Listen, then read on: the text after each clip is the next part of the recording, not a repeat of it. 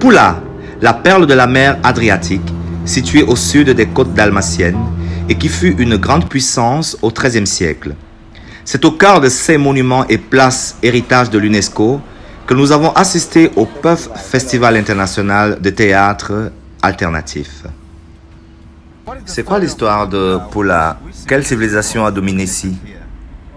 Ok, je sais par rapport à Rome. Et après quelque temps, Pula était sous la domination de l'Hongrie. Et après, on faisait partie de l'Italie. Et après la Deuxième Guerre mondiale, on est devenu une partie de la Yougoslavie jusqu'à 1995. Et après la dernière guerre, on a fait partie de la Grèce entre-temps. Voilà une courte histoire de Pula.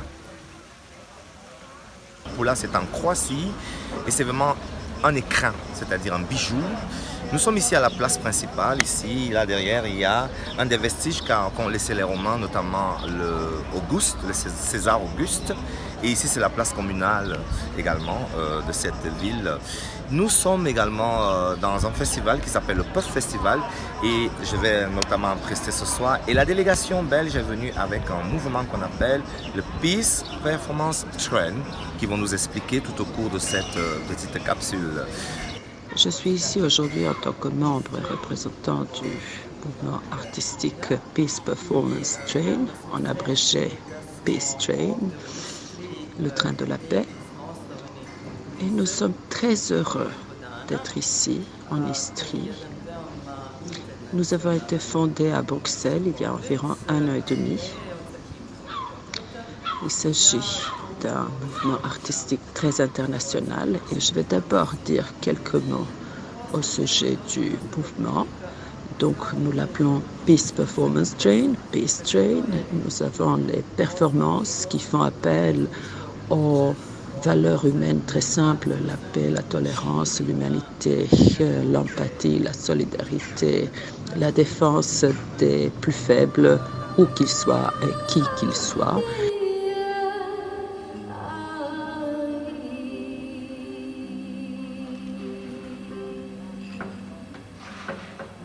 Bonsoir Maria Palatine, quelle belle voix. Est-ce que vous êtes consciente de cet univers complètement étrange que vous servez comme ça au public? La harpe, c'est toujours étrange, ça fait toujours rêver, et ça fait bouger et traverser un peu les univers. C'est voulu comme ça Non, en fait, j'essaie toujours de démystifier la harpe, mais voilà. je n'y arrive pas vraiment, je crois. Donc Peace Performance Train, vous êtes fondatrice de cette magnifique dynamique. Parlez-nous-en.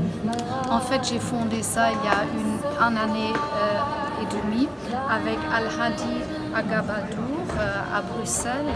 Et c'est un mouvement d'artistes, de plus de 60 artistes entre-temps, qui viennent de plus de 50 pays de la Terre, de toute la Terre.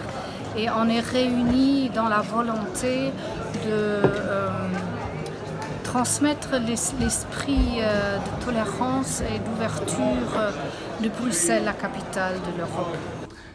Je suis content d'être ici, entouré de personnes merveilleuses. Ce qu'ils disent et ce à quoi j'y crois moi-même, je pense que ça a de l'avenir. Bien sûr, ça a l'air d'un conte de fées, mais les contes de fées, il faut les réaliser. Et en travaillant tous, nous pouvons rendre ce conte de fées réel. J'espère que l'année prochaine, nous aurons encore cet espace avec beaucoup plus de personnes. Merci à tous ceux qui nous ont soutenus. Place Pula s'appelle Forum, le Forum, et effectivement, à l'époque des Romains, c'était le Forum romain. Et on voit ici un temple romain resté très bien conservé. Parmi les joyaux historiques de Pula se trouve le temple dédié à Auguste et à la déesse de Rome. Il a été construit entre l'an 2 avant Jésus-Christ et l'an 14 de la Nouvelle Ère. Il a été transformé en musée de plastique romaine au XIXe siècle, jusqu'au bombardement de la Deuxième Guerre mondiale qui l'ont entièrement détruit. Depuis 1947, il est à nouveau fonctionnel.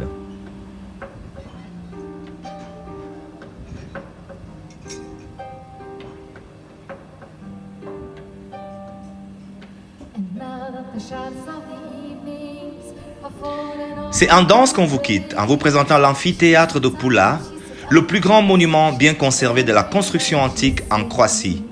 Il fut construit au milieu du 1er siècle avant Jésus-Christ.